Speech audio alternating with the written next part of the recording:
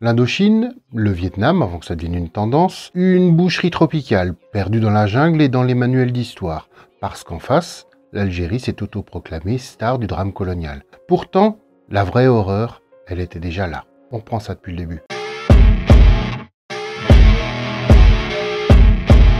L'Indochine, ou Union indochinoise pour faire classe, c'est ce joyeux foutoir du Tonkin, de l'Annam, Cochinchine, Cambodge et Laos. Le projet, la France, fraîchement sortie de la bifle de 1870, se remet debout et décide de jouer les gros bras en mettant la main sur ce coin du globe. Spoiler, les Français ne sont pas venus du tout pour admirer la faune locale, qui est d'ailleurs la deuxième plus dangereuse au monde avec l'Australie.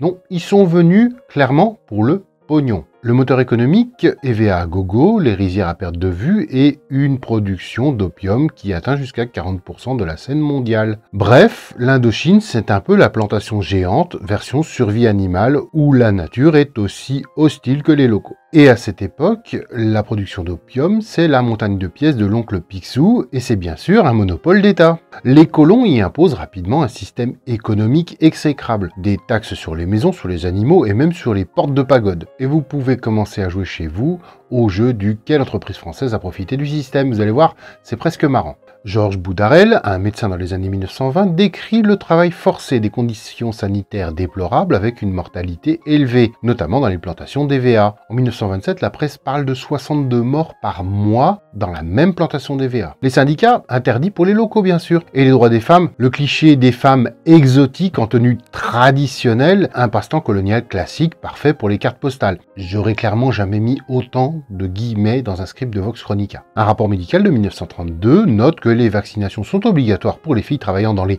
bordels réservés aux colons. Et accessoirement, le rapport dit aussi que beaucoup d'entre elles sont mineures, mais visiblement tout le monde s'en fout. Un culte de la femme exotique se fait ouvertement, principalement par les cartes postales, voire plus si affinité. En 1932, les femmes ont le droit de vote en Thaïlande, le pays voisin, et en Indochine, elles ont juste le droit de fermer leur gueule. Pendant qu'un garde se fait tuer par des ouvriers dans une plantation en 1927, devinez à qui il appartient, naît le Vietnam Quoc Dan Dong, le VNQDD pour les intimes. Je ne répéterai pas 10 fois le nom complet. Un parti nationaliste pompé sur le Kuomintang chinois. Et au Vox Chronicomètre, le VNQDD s'en tire à 11 sur 30 avec un autoritarisme marginal, ce qui est à peu près équivalent au gaullisme du temps de la présidence du général de Gaulle. En février 1930, à Yen Bai, le VNQDD se dit « Allez, c'est le moment de foutre le feu à la baraque coloniale ». Résultat, un échec total et répression immédiate. 13 cadres du mouvement passent sous la guillotine Made in République et des centaines au bagne. Et comme un haut fonctionnaire a fini les pieds devant, autant vous dire que la vengeance a été bien sale. Le VNQDD, lui, ne s'en relèvera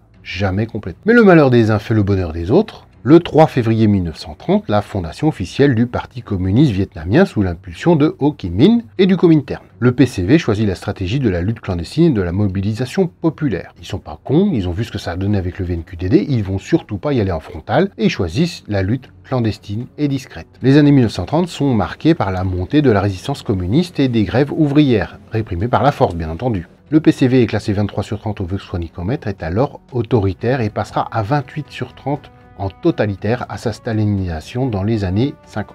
Et le PCV, quant à lui, décide de faire un travail de sape millimétré et patient. Là où, vu de l'extérieur, l'Indochine ressemble à une vitrine coloniale parfaite, la France s'est gavée, le caoutchouc pour les bagnoles, les banques qui gonflent et les fortunes qui poussent comme le riz. Mais tout ça, évidemment, se fait sur le dos de millions de Vietnamiens, de Cambodgiens et de Laotiens, qui n'ont pas trop eu leur mot à dire dans cette histoire. Une vitrine brillante, oui, mais avec les chiottes cachées derrière l'arrière-boutique. C'était légal, appuyé par l'État et protégé par l'armée. Côté bilan humain, entre famine, guerre et travail forcé, répression et négligence sanitaire, entre 2 et 3 millions de morts directs ou indirects pour un territoire de 25 millions de personnes. Dans le même décompte pour l'Algérie, on compte de 1,5 à 2,5 millions de morts sur une période de 132 ans. Alors qu'en Indochine, c'était beaucoup plus court, ça a duré 96 ans seulement. Et finalement, en 1940, le destin va sourire pas du tout aux Français. La débâcle de juin 1940 sidère littéralement l'autorité coloniale qui se retrouve littéralement le slip sur les chevilles avec peu ou pas de soutien possible de la métropole. Le Japon impose sa présence en septembre 1940 avec une méthode bien rodée, c'est je rentre d'abord et je frappe à la porte après. Ainsi, le 22 septembre 1940, les Japonais entrent en Indochine et l'accord est signé, le 26. De l'autre côté, c'est le royaume Thaï qui affûte les baïonnettes. La France leur demande alors un pacte de non-agression. Il n'en fallait alors pas autant pour leur donner des idées de revanche. Et quand ton allié arbitre en faveur de ton agresseur, je te laisse voir ça dans le Vox Focus sur la guerre franco-thaï. Et un autre qui se frise les moustaches depuis 1940, c'est Ho Chi Minh, qui voit enfin, après 10 ans de clandestinité, une opportunité de prendre le dessus. En 1941, il crée le Viet Minh, qui n'a pas du tout fait la fête avec les Japonais. Il ne collabore pas, il refuse tout poste officiel avec les Japonais, il attend son heure et il évite soigneusement d'être anéanti par les forces d'occupation. En mars 1945, les Japonais liquident littéralement l'autorité coloniale, 4000 morts.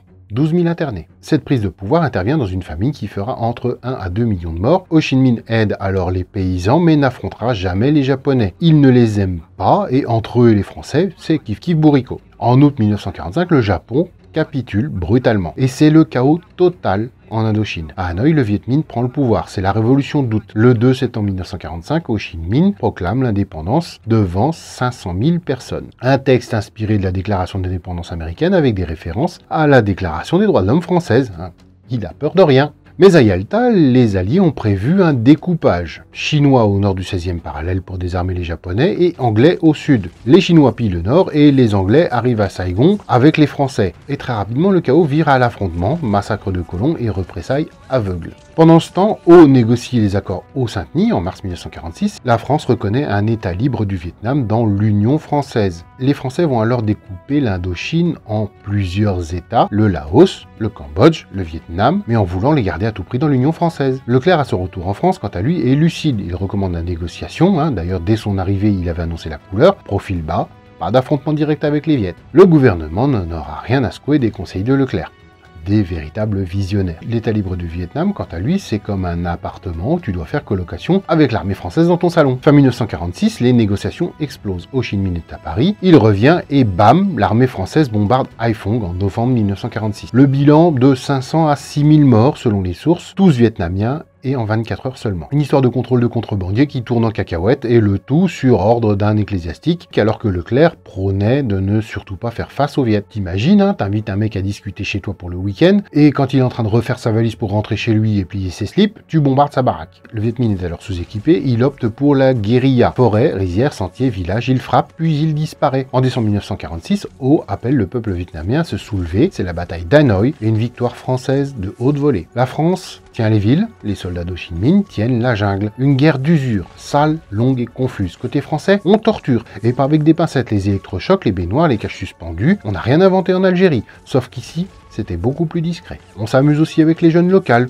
jeunes, parfois très jeunes, prostituées contraintes, mineures, silence dans les archives. Et côté Viet Minh, pareil, exécution sommaire, civils massacrés pour collaboration supposée, et enfants parfois piégés à leur insu. Oui, des mômes transformés en bombes, bienvenue dans la guerre qu'on ne vous a jamais racontée. À ce stade, plus personne ne défend la liberté, c'est une guerre d'anéantissement, et on sait toujours comment ça va se terminer. 1949, nouvelle donne. Côté Viet Minh, Mao a gagné, il envoie des armes et des instructeurs, et purge stalinienne made in USSR dans les rangs. Côté français, le vieux Joker Bao Dai, ancien empereur, viré par les Viet Minh en 1945, ressuscite en chef d'État fantoche du Vietnam national, sous perfusion tricolore. Tu perds ton trône et tu deviens président de la République, finalement en politique il faut juste survivre à l'humiliation.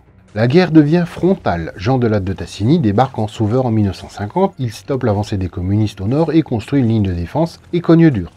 Mais dès 1952, il meurt et la guerre s'enlise. La tactique, c'est d'alors de tenir la ligne. Le problème, c'est que les Viettes, eux, ils n'ont qu'une ligne à tenir. Le général Giap, c'est la botte secrète d'Ho Chi Minh. Ancien instituteur, artisan du Viet Minh, il commence à structurer l'armée populaire divisée en 3 cercles, guérilla, milice, régulier.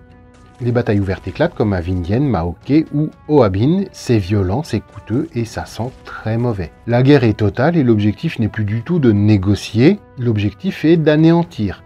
Et quand c'est comme ça, on sait très bien comment ça va se terminer. En 1954, la France joue aux échecs avec Navarre qui installe une base isolée à Dien Bien Phu.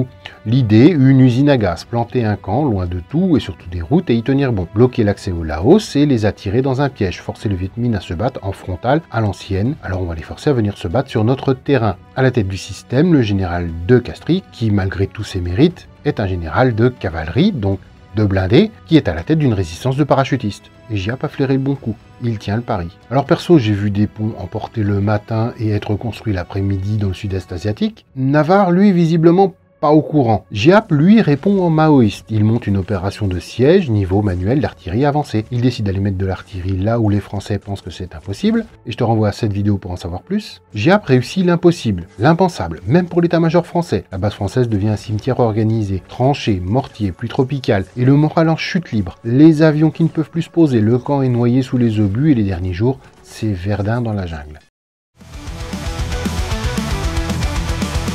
T'as vu ton œil, c'est pas du flan. Un cerveau laser et Robespierre en 10 ans. Qui fait, c'est garanti. Abonne-toi ou la go to be. Clique ou crève. C'est l'algorithme qui décide. Abonne-toi. Sinon c'est la loose, c'est la bite. Like et partage. Ou c'est Napoléon qui te flagelle. Votre chronique a le savoir en bordel. Ils voulaient faire un siège et ils ont finalement creusé leur tombe et c'est Giap qui a mis la dernière pelletée de terre. Le 7 mai 1954, Dien Bien Phu tombe, la France aussi. 11 721 prisonniers, dont 3 290 seulement survivront aux marches forcées et au camp. 7 801 morts en 4 mois de détention, vous pourrez me dire si vous avez vu ça pendant la guerre d'Algérie. La guerre d'Indochine, c'est 9 ans de combat, mais 94 ans d'une résistance active. 500 000 soldats français déployés, 92 000 morts côté France et supplétifs, et entre 400 à 600 000 morts côté vietnamien, civils compris. C'est une guerre d'usure, une guerre sale, une guerre d'orgueil, plus meurtrière que la guerre d'Algérie, sans aucun doute possible. Et derrière, une guerre oubliée. Peu de grands films, pas de cérémonie nationale, les monuments sont rares, les manuels scolaires discrets. L'Algérie a tout bouffé. L'Indochine, elle, a été jetée avec l'emballage. L'histoire officielle, elle a effacé l'épisode pilote. Dien Bien Phu, c'était pas seulement la fin d'un empire, c'était l'enfer. Ou les mecs de la Wehrmacht qui ont fait Stalingrad. Mais ils l'ont dit, mais eux-mêmes, à Stalingrad, ils ont pas trop... C'est au-delà. Dien Bien Phu était au-delà de Stalingrad. Et finalement, qu'est-ce que toi tu penses de tout ça ?